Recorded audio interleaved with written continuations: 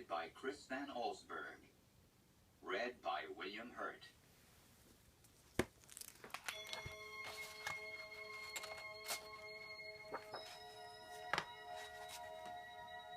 On Christmas Eve, many years ago, I lay quietly in my bed.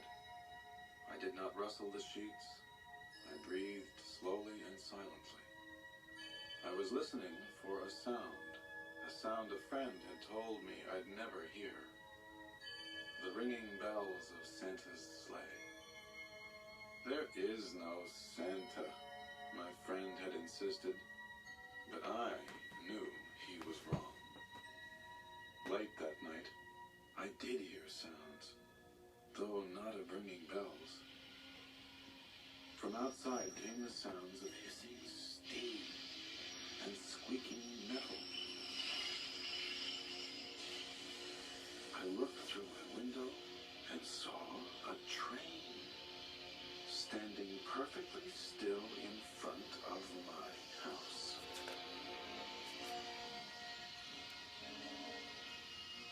It was wrapped in an apron of steam. Snowflakes fell lightly around it. A conductor stood at the open door of one of the cars. He took a large pocket watch from his vest, then looked up at my window. I put on my slippers and rolled. I tiptoed downstairs and out the door. "All aboard!" the conductor cried out. I ran up to him. "Well," he said, "are you coming?" "Where?" I asked. "Why, to the North Pole, of course," was his answer. "This is the Polar Express." I took his outstretched hand and he pulled me aboard.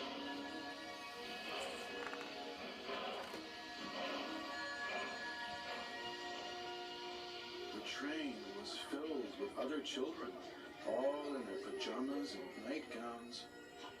We sang Christmas carols and ate candies with nougat centers as white as snow. We drank hot cocoa as thick and rich as melted chocolate bars. Outside, the lights of towns and villages flickered in the distance as the Polar Express raced northward. Soon there were no more lights to be seen. We traveled through cold, dark forests where lean wolves roamed and the white-tailed rabbits hid from our train as it thundered through the quiet wilderness.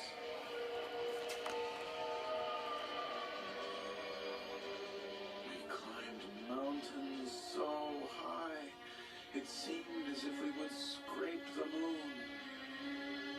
But the Polar Express never slowed down. Faster and faster we ran along, rolling over peaks and through valleys like a car on a roller coaster.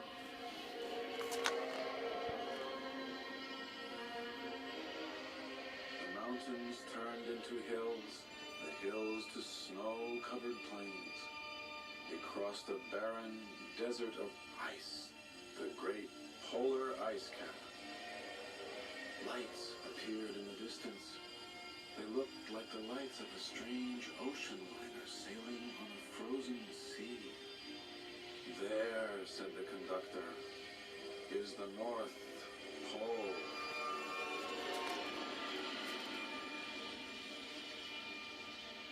The North Pole.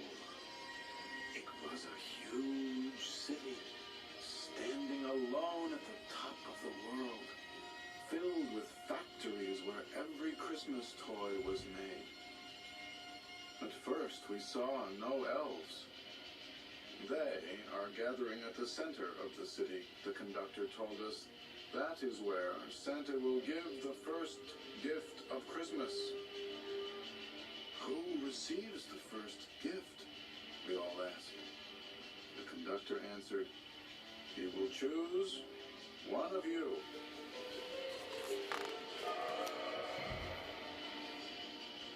"Look," shouted one of the children, "the elves!"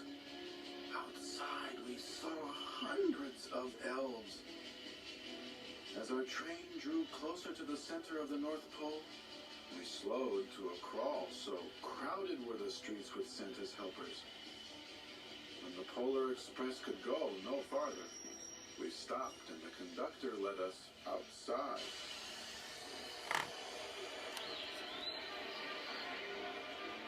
We pressed through the crowd to the edge of a large, open circle.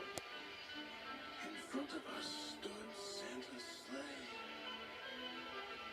The reindeer were excited. They pranced and paced, ringing the silver sleigh bells that hung from their harnesses. It was a magical sound like nothing I've ever heard. Across the circle, the elves moved apart, and Santa Claus appeared. The elves cheered wildly. He marched over to us and, pointing to me, said, "Let's have this fellow here." He jumped into his sleigh. The conductor handed me up. I sat on Santa's knee, and he asked, "Now what would you like for Christmas?" I knew that I could have any gift I could imagine. But the thing I wanted most for Christmas was not inside Santa's giant bag. What I wanted more than anything was one silver bell from Santa's sleigh. When I asked, Santa smiled. Then he gave me a hug and told an elf to cut a bell from a reindeer's harness. The elf tossed it up to Santa. He stood holding the bell high above him and called out, "The first gift of Christmas!"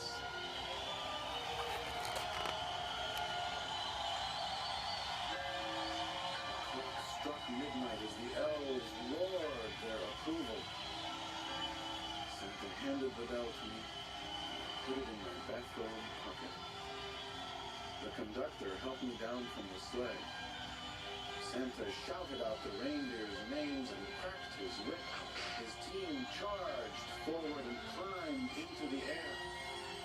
Santa circled once above us, then disappeared in the cold, dark, polar sky.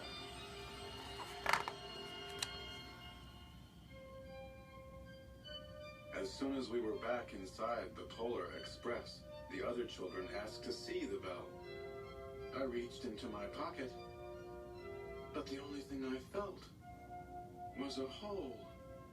I had lost the silver bell from Santa Claus's sleigh.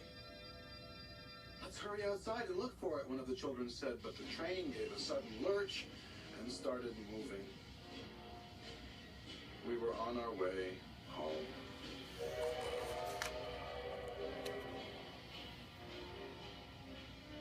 It broke my heart to lose the bell. When the train reached my house, I sadly left the other children. I stood at my doorway and waved goodbye. The conductor said something from the moving train, but I couldn't hear him. "What?" I yelled out. He cupped his hands around his mouth. "Merry Christmas!" he shouted. The Polar Express let out a loud blast from its whistle and sped away.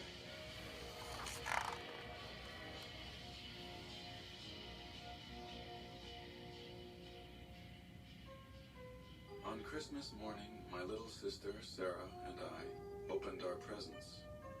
When it looked as if everything had been unwrapped, Sarah found one last small box behind the tree. It had my name on it. Inside was the silver bell. There was a note. "Found this on the seat of my sleigh. Fix that hole in your pocket. Signed, Mr. C." I shook the bell. It made the most beautiful sound my sister and I had ever heard. But my mother said, "Oh, that's too bad." "Yes," said my father, "it's broken. When I'd shaken the bell, my parents had not heard a sound. At one time, most of my friends could hear the bell, but as years passed, it fell silent for all of them. Even Sarah found one Christmas that she could no longer hear its sweet sound. Though I've grown old, the bell still rings for me, as it does for all who truly